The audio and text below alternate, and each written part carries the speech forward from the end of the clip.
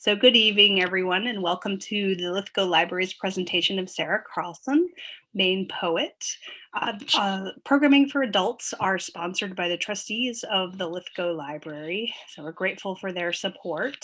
And tonight, Sarah is going to be reading and sharing images regarding her book.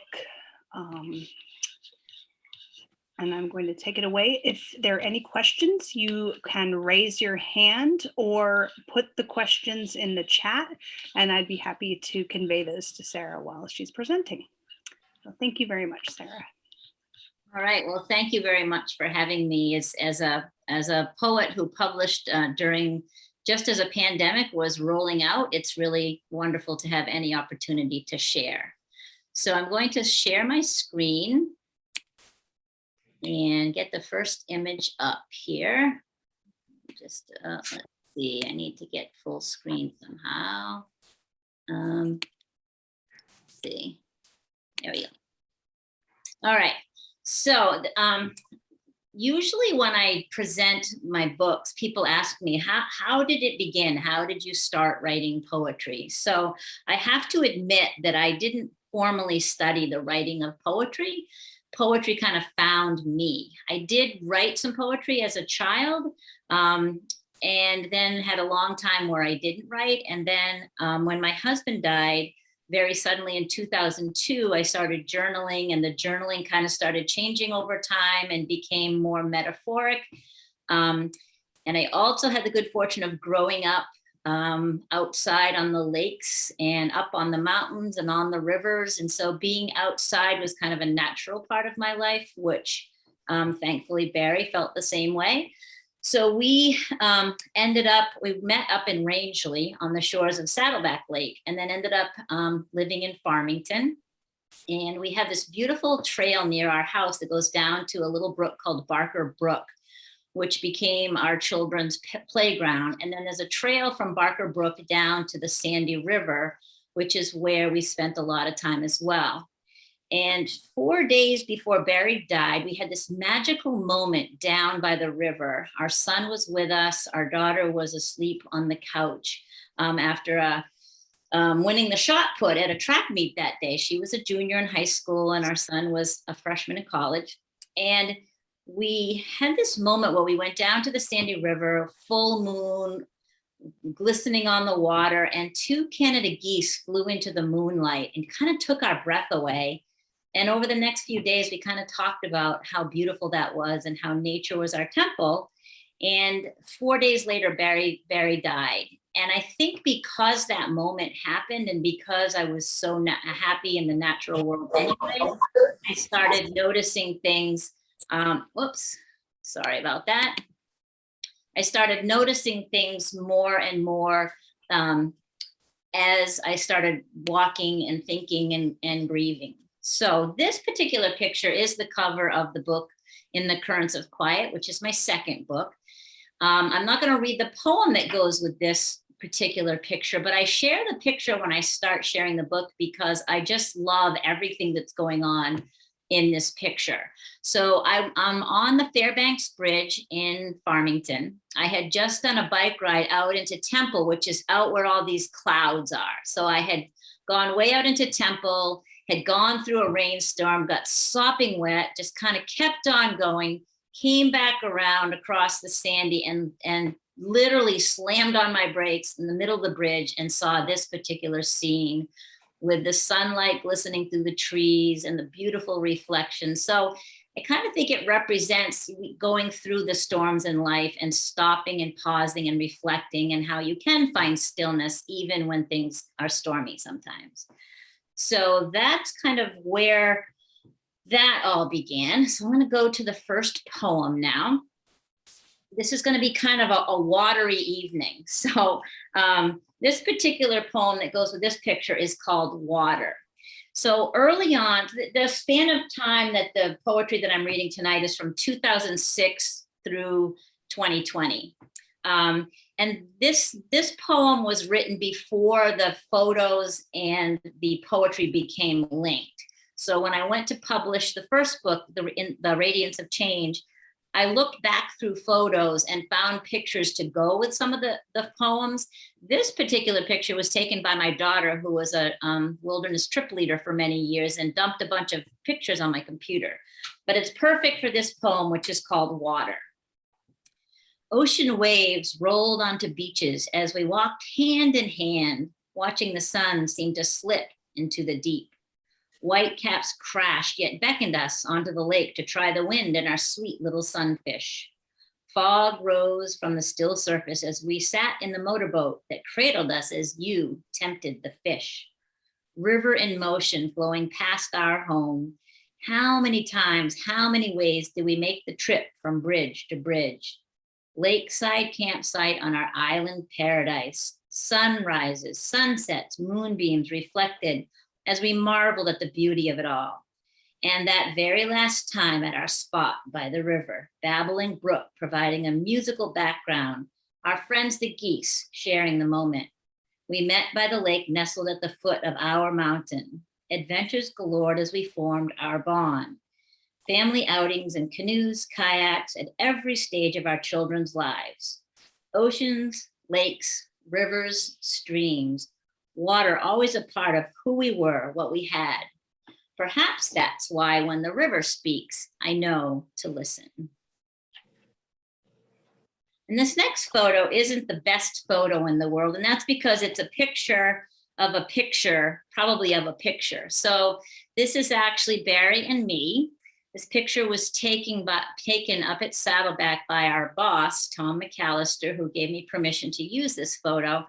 So Barry and I worked at Saddleback. And during the time we worked there, there was a change in ownership, and the owner wanted to have a Western motif. So they did this full day of helicopter and filming horses and cowboys on the mountain. Barry rode a horse.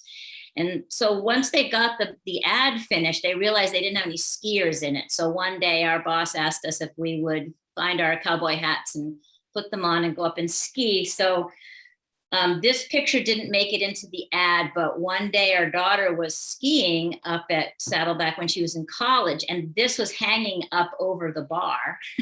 And she looked up and she said, "I think that's my parents." So she took a picture of it and brought it home to show me and ask me if this was us. So this was definitely us. And the poem that goes with this photo is called Moments of Joy. Walking in the rain on a foggy night, dancing chamois shirt to chamois shirt, hiking mountains simply for the view, horseback riding on a country road, snuggling by a campfire with no idea of the time, flying down a ski trail with winter wind nipping our cheeks, reaching the bottom only to head back up for more, pounding tennis balls back and forth for hours, discussing technique, strategy, but hardly ever the score. Our garden wedding on a beautiful June day, eyes locked, hands held, smiles and tears, holding our babies, one son, one daughter, marveling at every stage of their growth. Their walking, their talking, their personalities unfolding. So many moments to treasure and be retold. And yes, that last special night by our river, hanging out with our friends the geese under the light of the full moon, being together and feeling so very right. These are the moments that in my sadness, in my grief, I forgot to remember as moments of joy. And I find that when I go through my poetry to get ready for a reading like this, I'm always pleasantly surprised at how hopeful they are. Even when I wasn't sure I was feeling hope, it always kind of comes through my writing. And I often have the experience that I know I'm writing these, but it's almost like they're writing me. So this next one was written on a day when my wonderful black lab Sophie got me up and out of bed on a morning that I didn't really want to go up and out of bed. And it was just, this isn't the picture that of what I saw, but it kind of captures what came from this moment of her dragging me out the door and a rainstorm kind of pulling out and just having this moment of feeling newness. So this one's called A New Day Dawns.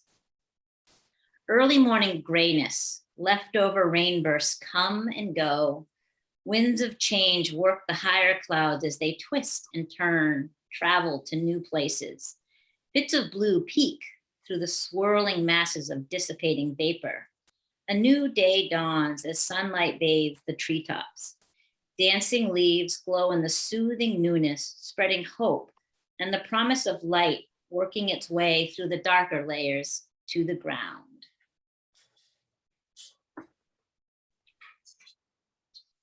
And heart rocks have kind of become a thing in our family. And one of my friends found one in our driveway one day, very soon after Barry had died. And I kind of just started looking for them. And my daughter and I find them in a lot of different places. This one I found right on the banks of the Sandy River, took a picture of it as I found it. And it's paired with a poem that came from a dream that I had. This was in 2008, so just 6 years or so, less than 6 years actually after Barry died. And our son was doing some remodeling in our house. So we kind of had taken everything apart.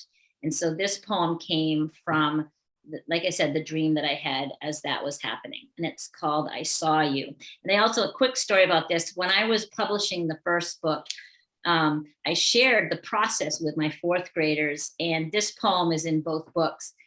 And one day I looked up and there were 6 or 7 kids with my first book open during quiet reading, which I had no idea their parents had gone to the local bookstore to buy them the book. And they really got into it and were very deep in how they experienced the poetry. And one day we were talking about that and talking about a lot of different habits of mine. And one of them said, oh, by the way, there's a mistake in one of your poems. And I said, well, which one? And long story, but I kind of shared with them what that felt like to me to hear that and to find the mistake and realize it's just a mistake. So it's in this poem and it's the word just, and the T was left off because the next word is there. And it didn't get picked up by my editor or by me because visually it looked like the T was there. So in this book, it's actually fixed, but I just love remembering that particular story. So it's called I Saw You. I saw you in my new space. I was afraid you would think I had erased you as I took things apart and sorted through me. My love, our love is still strong, but it's different now. I can't touch you, hold you, process things with you, but I had to make this place mine. And then there you were, sitting back, relaxing and smiling your wonderful smile, reassuring, approving, supporting, just there in the space as I need you to be. And this one also has a story. I usually like to let the poems kind of speak for themselves, but some of these have such great stories. So this little being followed me home from Barker Brook, which for a little being like this is a pretty good walk. So I was down by the brook, just kind of sitting and listening. It kind of became a place of healing for me. And this little being was kind of bopping along the brook, and I had my dog with me. Long story, but eventually I just decided I had to leave it, and I walked home and it followed me. So then I found a neighbor who knew somebody who takes in wild animals, and she raised this little being, and it turned out to be a Canada goose. So yeah, so I named this little being Perseverance and wrote a poem about him. Perseverance. Baby bird, abandoned, rides the flow of the brook. Peeping his fear and loneliness, he sees a chance for help. Making his way to shore, he is challenged and threatened by a creature larger than himself. That would be my dog. He eludes the danger and makes his way to the other side to hide. Knowing he cannot make it alone, he takes a chance and crosses the shallows, drawn to the being he somehow understands his needs. He follows her, tripping over rocks and roots, instinctively trusting her worth. She finds a way to help, and in time he gains strength, finds his voice, fills out his body, stretches his wings, and is released to enjoy the wild and wonderful world. This one was inspired by Percy, a Canada gosling who followed me home from Barker Brook. So this woman raised him in her bathtub and took him up to Rangeley, unbeknownst to me, and released him with a flock of Canada geese that live up there in the town park.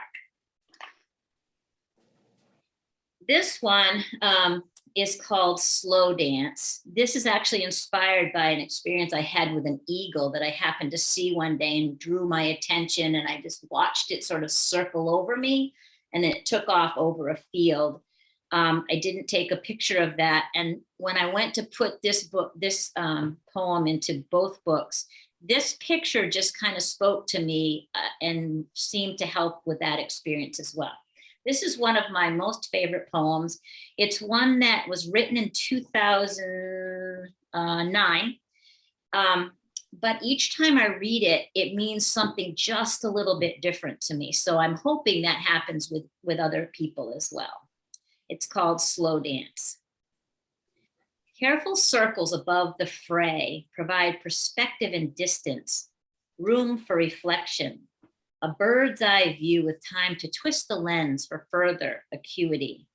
Each turn of this slow dance makes way for more to unwind, leading to relief and new insights.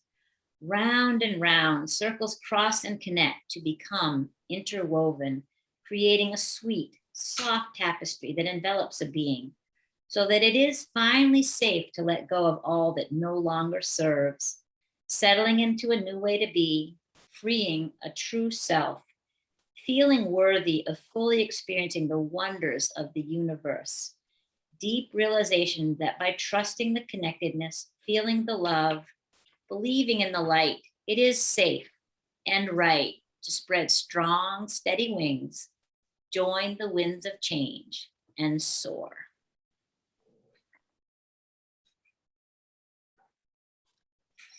So from here on, the pictures and the poems are very linked. Like I knew when I took this picture that a poem was coming. And this is actually the ice over Barker Brook, right near where I saw Percy. And believe it or not, right near where we spread some of Barry's ashes. And this was a very cold, cold night in January of 2016, where a group of women that I had invited over were doing a full moon snowshoe. And it was very windy where we wanted to go. So we ended up staying in the woods and going to Barker Brook. And the ice formations were beautiful. And I saw this heart shape. And just as I tried to take a picture, a friend of mine lifted her head up and tipped her headlamp. And so I was able to catch it in the light. And it's really was bubbled up above the ice. So this is a very short poem that represents a very powerful experience. And it's called Your Presence. You show your presence in such sweet subtleness, whether I'm unsure and questioning, open and aware, aching and weary, or calmly experiencing me in the newness of my life, you are there. Thank you, my love, for helping me move ahead with your gentle, consistent support. In your absence, I can still find your presence, and for that, I am grateful.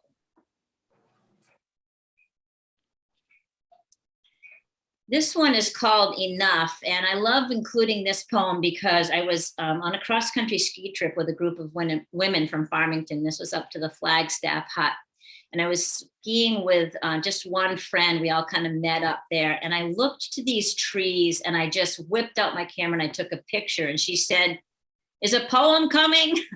And I said, "Probably." So on the way out the next day, I could feel the poem coming as, you know, with the rhythm of skiing. It definitely, the words started to kind of flow. So this one's called Enough. Separate and one, we stand strong by the shore of a frozen, windswept lake. Each of us rooted and whole. Softly we sway as cool breezes waft about us and we stretch into a brilliant blue sky. Majestic, magical mountain range watches over the valley scene as stories are told, new ones unfold, and joy of togetherness binds. Storm clouds may come another day, and we'll weather whatever comes. In this moment, however, we have enough. We are enough, and we can simply be. And then the very next day, the clouds moved in. So this is also Flagstaff Lake. This is on our ski out, and the sun broke through the clouds just as we were ending. And this one's called Let the Light Shine Through. Brilliant blues of the morning sky become obscured by shades of gray that softly billow and swirl. Winter sunbeams gently stretch to frozen waters below. As I continue to learn and grow, awaken and deepen, I find I crave answers that are definitive and clear. I want those pristine blue skies all around me, to be free from any residual nebulous gloom. When I discover that what I thought I knew is not entirely true, I adjust my path, reorient my inner workings, and stride ahead with gusto. But like benign clouds above a snowy valley, sometimes I just need to slow down a bit and let the light shine through. This one I love to include because a friend of mine who had had a very recent loss bought my first book and said that this particular poem really, really helped her. And I thought it was, I didn't, I love all my poems, but this one didn't seem like one that would strike that deep a chord. And I was so happy that she shared it with me because I revisit this poem often. This was a day that I had gone for a swim with a friend, and we kind of had to beat a storm back to her camp, and we got in from the rain, and then the sun came through, and it was one of those days when the light was just dancing on the water. So it's called Sparkle Moments. Sparkle moment, those times that can quietly penetrate the busyness of life. How fortunate we are that all around us they dance. Each of us a body afloat on a tiny spinning planet in the cosmos, our own entity and part of a whole. We need to pause and allow the sparkle moments to buoy us as we navigate this intricate, precious life.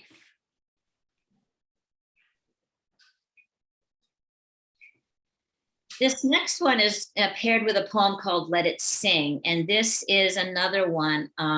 It always surprises me when kids can go as deep as they do. And I had a student in my 4th grade class who came to me one day with my book in his hand, and he was pointing to the picture and the page that this poem was on.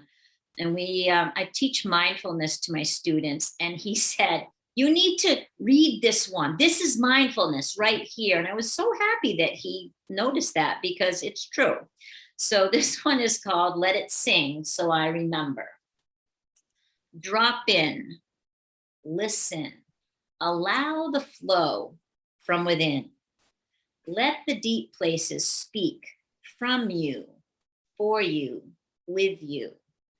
Notice what surfaces as it swirls, sifts, and then settles just as you need it to be. In those moments, your heart sings a song of you. So drop in, listen, and let it sing.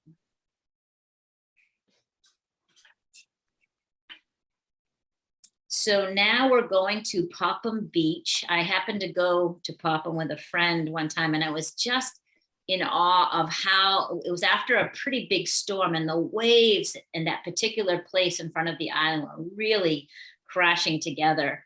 And I was working through something. I actually don't remember exactly what it was. This was in 2016. So I wrote this poem that has come up for me many times called Cross Currents. And we'll actually be going back to Popham at least one more time, maybe 2 if we have time for some newer poems. Cross currents. Strong, salty waves undulate with angst and the power of freedom. Cross currents collide, entangle, and rise, sunlight illuminating whatever surfaces. Then the tides shift, disentangle, release, reorganize, and settle into a new flow. Somewhere within the brine is me, my authentic being. When I am able to let go and ride my unique currents, I am uncluttered, untethered, unconfined. My wonderful wild child glows, her benevolent energy sparkling with life. This is the cover picture of the Radiance of Change, and it goes with a poem called The Radiance of Change. This is one of my most favorite places. This is the little public beach at Clearwater Lake in Industry. I actually swam there today, although the foliage wasn't quite as bright. And this particular time, I went for a swim and was amazed at how the reflections were. So I went back and got my camera and went back into the water and took this from a swimmer's eye view. So this is the Radiance of Change. As the currents of my being become more fully free, more often I have prolonged moments of dropping into my own validity. Time and time again, congestion caused by bygone perplexities unwinds and allows for novelty and liberation. Rooted in rightness, this involves a purposeful willingness to let go. I can't change what was, only my reactions to what is right in front of me. Recognizing the possibility of old patterns pulling me astray, I can choose to rely upon bedrock of excavated truths to discover a new way through. Lovingly, tenderly, I wrap my arms around all I've been, all I am, and all I have left to be. I encourage the freedom of unfettering, nurture the power of presence, and embrace the radiance of change. There is beauty in me right here, right now. More and more, I feel safe to let it reflect and refract into the light of day. So we go from Clearwater Lake to Grand Falls. This was another cross-country trip that I did with the same group of women that went to Flagstaff. This one was bitterly cold and a longer way in, and all of us were a little bit unsure as to whether or not we really should be doing this. But 24 of us made our way into the hut, and on the way out the next day, this was one of two pictures I was able to take because you couldn't even take your hands out of your gloves. And I just love this particular scene because you have all three states of water here. You have a little bit of flowing water, thick ice, and then it was so cold that there was a mist rising as well. So this is called Watery Wisdom. Varied currents within a body whole, ranging from grief to gratitude, fear to joy, despair to faith. Transitory emotions that ebb and flow within us all, a true human experience. Jagged, frozen places can and will thaw in the right way at the right time if one makes the choice to dive in and explore the depths of being. A drip or two at a time may join the stream, or an opening may form whitewater wildness with an energy of its own. When the times are right, the vapors of angst will release, allowing for moments of stillness, chances to explore eddies as they swirl and adjust, or simply the opportunity to let go, let flow. The one constant in life is change, as reflective, bubbling, trickling, streaming, cascading waters so clearly show. Water knows, and deep inside, we do too.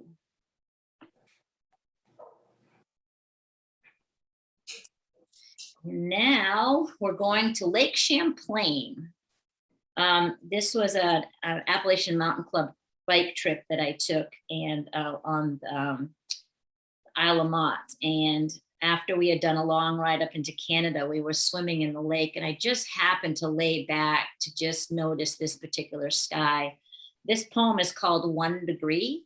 And before I took my bike trip, I had my bike worked on and my seat was a little bit off. And the bike mechanic that I know pretty well said, yeah, you were just off just about 1 degree, Sarah. And I couldn't believe how much better my bike felt just with that little bit of an adjustment. And it made me think about the process of healing, how sometimes we have large changes and sometimes they're very subtle.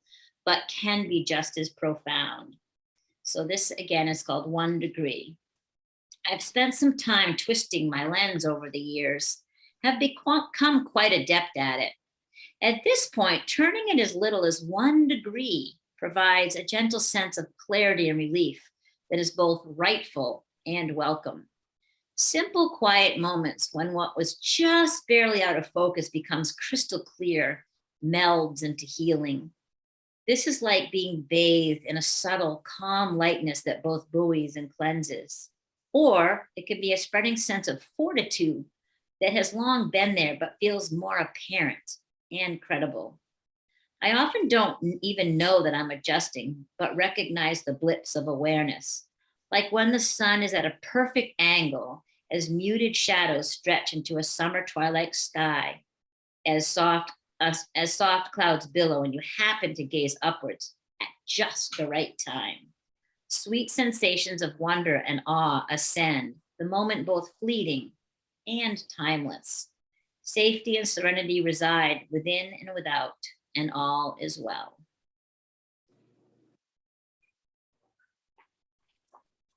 This next one is called Liberty. And this is one that I hadn't read for quite a while. And when I was looking through and trying to find some different watery ones, I read this one and I was like, oh, I think I want to share that one. Liberty. Suspended in salty goodness, she lays back and relaxes. Gazing upward, she marvels at the blueness of the sky, glowing warmth of the sun, soft clouds flowing gently by. She breathes in the fresh, warm air, allowing her lungs to fill as they will. All is in motion, and yet there is nothing that needs doing, not right at that moment anyway. Her mind wanders and she remembers swimming as a child when her nickname was Fish.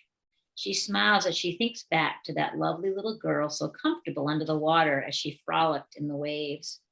A quiet frown comes as she feels residual fear stir, but then there's a release and she realizes they are free from all that. Just as the tides disperse detritus, so can all that go. And just as the richness of the expansive ocean fills back in, so can she allow the bounty to come. Another deep breath as she feels vitality, peace, and love. The tides flow, come and go in freedom. More and more, she feels safe to unfold the liberty of her own tides within. And this is back to Popham Beach, same spot a couple of years later. This one's called Two Briny Beings. And this was a day that I was just kind of drawn to the beach. I had some something to do in Freeport. So I went to the beach for the day. It was very foggy. I did walk out to the island, but there were very few people around. It was just this really muted day. Two briny beings. Standing strong in soft sand, my tender feet sink just a bit. Ocean waves come from multiple directions, wash around my legs. I am mesmerized by the moment, though I don't quite know why. I just knew I needed to be right there, right then. I can still feel the sensations of sand caressing my feet, water enveloping my skin. Two briny beings in a tidal dance of wholeness. I didn't have to fully understand the reasons for my desire to be in that spot. I just knew to follow the guidance from whence it came. No tension, no worry, no remorse. That sublime sensation of letting go, letting flow in action once again around me, for me, within me. And as you can probably get it from my reading, but as time went on, I found this more and more stillness within and more the ability to kind of just be in whatever was going on. And this is a picture I took at Titcomb one year when the snow came really early. And I went skiing in November and I was just in awe of the leaves that were on the snow. So I happened to take this picture and then really got thinking about it. And this poem came with that. And it's called Simply Still. Whether striding ahead with gusto, taking small exploratory steps, or pausing to take it all in, Progress comes, healing happens. Even meandering back to what was, seeing it anew supports growth. Withered leaves fall, swirling winds blow, water continues its cycle, even when frozen on the ground. Changes, some obvious in their radiance, others sweetly subtle, continuously occur. Forward is often considered to be moving straight ahead, but in reality is in varied directions and includes interludes. Expansion can and will happen when you free yourself to be simply still. And I included this one tonight. This one's called Red Sky at Night. This one is about my dad, one of my biggest fans in just about everything, but particularly my poetry. He died almost 10 years ago. His birthday is tomorrow. And he would say to me, even early on in my poetry, you really ought to find a way to publish that, Sarah. People need to hear this. So this is for my dad. This was a picture taken as I stepped out of school one day and just saw this beautiful winter sky and went cross-country skiing right after this. Red sky at night. Red sky at night, sailor's delight. I can hear my father saying that to me as we watch sunsets at the lake, in the mountains, by the sea. I smile with the memory as I step out into a winter's eve. Later, skiing through soft, snowy woods, enchantment flows around and through my being, accompanied by a deep awareness of the power and validity of hope. It's been there all along for me, in my heart, my spirit, my words. Sometimes inner waters are stirred by winds of change, though much more gently so. Old patterns can still sporadically cause doubt. I wonder if I'm wrong. But the truth is, my craft is as right as can be. It is safe to embrace the calm, bob in the waves, go with the flow. Red sky at night, sailor's delight. Thanks, Dad. I love you. So, from Red Sky at Night to One World Trade Center in New York City, this poem was written, I've got to find it first. This poem was written after I did this amazing bike ride in New York City called the 5-Borough Bike Ride.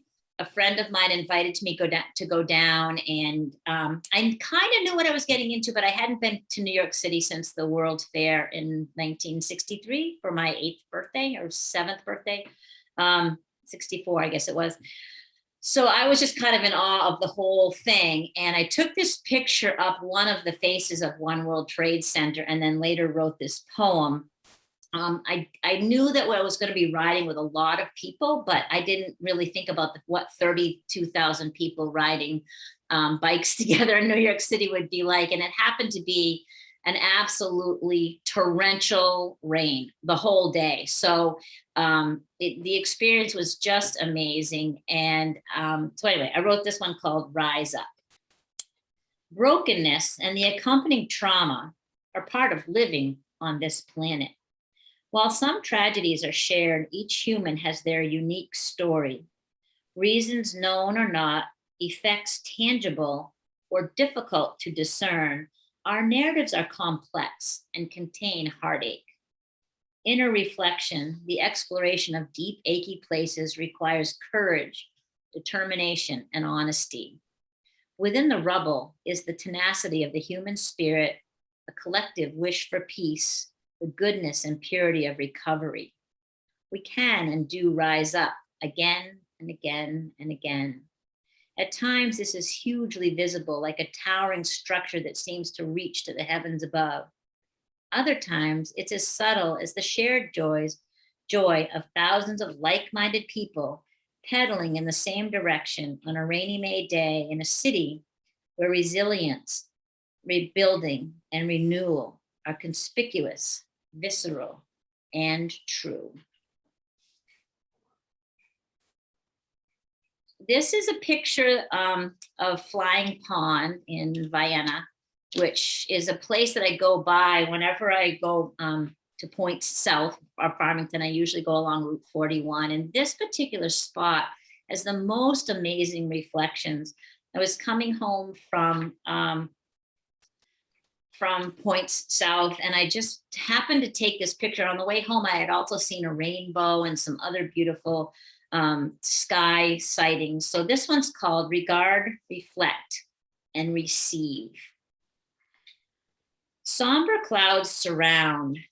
Intrepid traveler ponders, wonders, but does not worry. She trusts that she is heading in the right direction, though darkness is present. Her body slowly relaxes and she notices a golden glimmer ahead.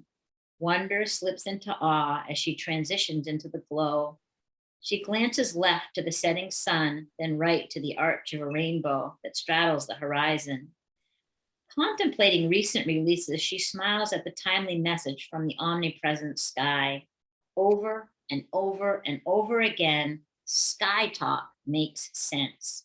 Dark, light, shades of gray, silver linings, radiance, constant motion combined with peace and quiet, all there for the eye to behold once time is taken to notice.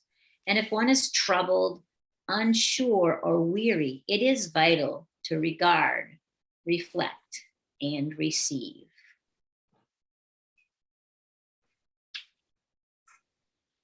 I've had several poems that have kind of gone with water beating up on plants. So I chose this one to share. This one's called When We Were Four. And there was something going on. I can't remember exactly what, but I happened to see this, and just the three together really kind of struck me. And so anyway, this poem came with that. It's called When We Were Four. Our family, mother, father, son, daughter. For more than 17 years, we were four. So much love betwixt and between, through the joys and challenges of growing up, living life. But one spring day, in an instant, we became three. Everything we knew felt askew, yet onward we went, each rearranging our pieces in our own ways, in our own time. Emotions surface and show or get bundled up and put away for another time. Neither right nor wrong, we've done the best we can along the way. As we readjust and reorient, uncover the radiance in change. Though we did suddenly become three on that day so long ago, there's a curative, bountiful power in remembering the love that we shared when we were four.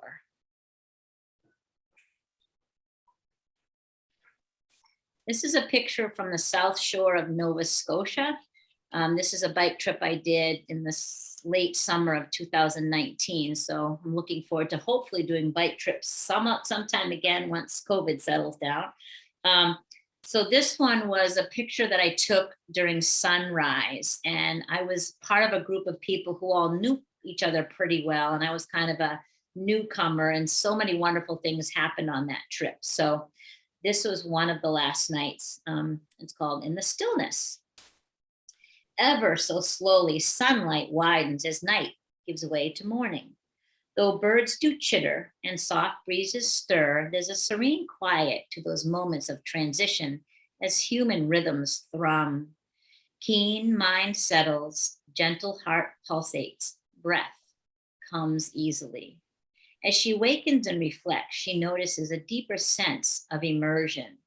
In the activity of sharing stories with new people, pedaling long distances on unfamiliar roads, letting go of a need to hold back or keep up, a novel aspect of calm presents. In the stillness, there exists an ever more vivid, dynamic, limitless sense of being.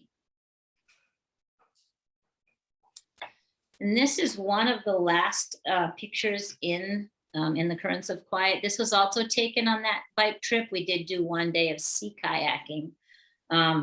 And this was in Blue Rocks, Nova Scotia. My first time real sea kayaking in an actual sea kayak. So totally true reflections. As you sit in the stillness, recognize that you know how to move forward, though the way ahead may be previously unexplored. You know when to pause and breathe, soak in the splendor, contemplate a challenge. You have the ability to read the winds, ride the waves, paddle strong and steady, adjust the rudder along the way. You have what you need on board, including the freedom to ask for and receive help. You are perfectly human in your own wonderfully unique way. And yet there's a sameness to the flow of connection to others, to nature, to the divine. So go ahead, sit in that stillness, let clarity come in beautiful, crystal clear, totally true reflections. Sit and feel secure in the solid vessel that is you. So if this time, Sarah, I wouldn't mind sharing a couple of new ones. Is that okay?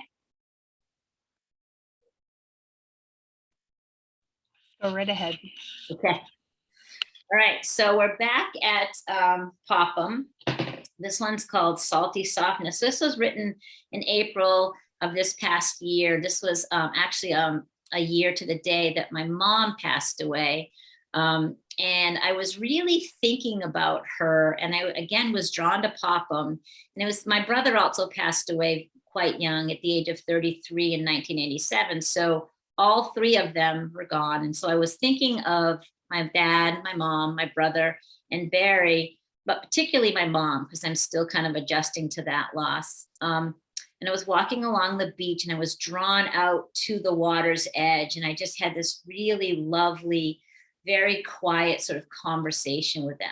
And so this is called Salty Softness. Spring winds gently swirl as a lively ocean adjusts to an incoming tide. She walks slowly, listens both out and in, reminiscing, remembering, realigning. She has no real plan other than to be there, see what comes, relax in moments of in between. She is drawn out along a sandbar closer to the breaking waves. Soothing ocean rhythms bring tender tears as she speaks her heart to those who are gone. She hears empathy as she articulates her truth. Currents of self-compassion now part of her flow. She looks to the horizon, sandwiched between briny waves and velvety clouds. She feels at once grounded and lofty, smiles at the salty softness of allowing. So this next one is a rock that I found while wilderness camping this summer with my daughter and her husband and my grandson, who at that point was only 9 months old. So we were out there, we were at Lobster Lake and had gone on quite a long paddle to get there. Had this lovely evening in my tent. And the next morning I went out to this beach around the point and watched the sunrise with Katahdin in the background. And I found this rock just under the water at the water's edge. I actually have it right here, and it has a hole in it that's not all the way through it. And I was just kind of in awe of that. And I had been having these, well, I'll just let the poem speak for itself. It's called The Me That He Sees. It comes in fits and starts, this pleasant sense of drifting to places where sediments had settled and images are crystal clear. The energy of it, of me, is pure and full of grace. My heart no longer feels broken, though there will always be a void. I experience a wholeness that includes the hollow and all that has come from adjusting. Obstacles and challenges, both past and present, disperse with the waves or dissolve into the truth of me, whatever serves me best. In those moments, I flow with less restriction. My soul settles ever more deeply. I find treasure in me. My gentle smile permeates within, stretches beyond the horizon as I realize this is the me that he saw all along, that he sees still. And this one, I wanted to take us back up to Rangeley. I did a reading in Rangeley this summer, and I love to swim. And so after the reading, I changed into my bathing suit really quickly and went down the street from the Rangeley Library and was met by this sky, and I went swimming in this golden water. So this is called In the Company of Love. Sunset clouds roll over surrounding hills with quiet power and beauty. Rains diminished, leaving them to uncoil, expand, let go. Silent swimmer slides into the calm golden water, allows her body to be held. She lays back, breathes, relaxes as waters, sky, radiant clouds blend into her being. Quivery pains that surface from a once stagnant abyss swirl slowly away. In moments of buoyancy, both clouds and sorrows seem grateful that she knows to attend and allow. Innate resilience, ubiquitous grace, shifting waters of healing once again support and guide her. She scans the sky, realizes that often the most intense sadness keeps company with pure, profound love. In acknowledging one, enabling the other, aches ease, soul settles, and the light of love gleams brilliantly through it all. And I have just one more. This is my newest poem. This is the harvest moon rising over Shin Pond just recently. And I was on the porch of a camp that my daughter's husband and his family have owned for many generations. And I was holding my grandson, rocking him to sleep just as the moon was rising. It was just magical. And I wanted to end with this moon one because I started with the story of the full moon rising and the geese landing in it. And there's something, to the sort of coming back around full circle. And I think part of healing, we all kind of discover that inner child within us that needs attention. And so I wrote this mostly to my grandson, but also to the child in me and to the child in anyone. So it's called Divinely They Dance. I rock you in my arms as you rest quietly. I feel the depth of your love, freedom of your trust, rhythm of your being. My thoughts drift back to the day we shared, how you opened your arms, beamed your smile from the moment of your waking. How you picked up a twig, a leaf, a blade of grass, a piece of bark, and held each to the sky in wonderment. How your body adjusted to the coolness of the lake as you splashed and giggled at the sights, sounds, sensations. How you explored the cabin, every cranny and nook, finding your balance as your side steps become walking. Whole body smile, your consistent companion. You don't have words yet, but there is no need. Your delight emanates like the light of the full moon that rises in a darkened sky as we cuddle. Baby love so pure and true. Maternal love that way too. Like shimmering moonbeams, divinely they dance. So,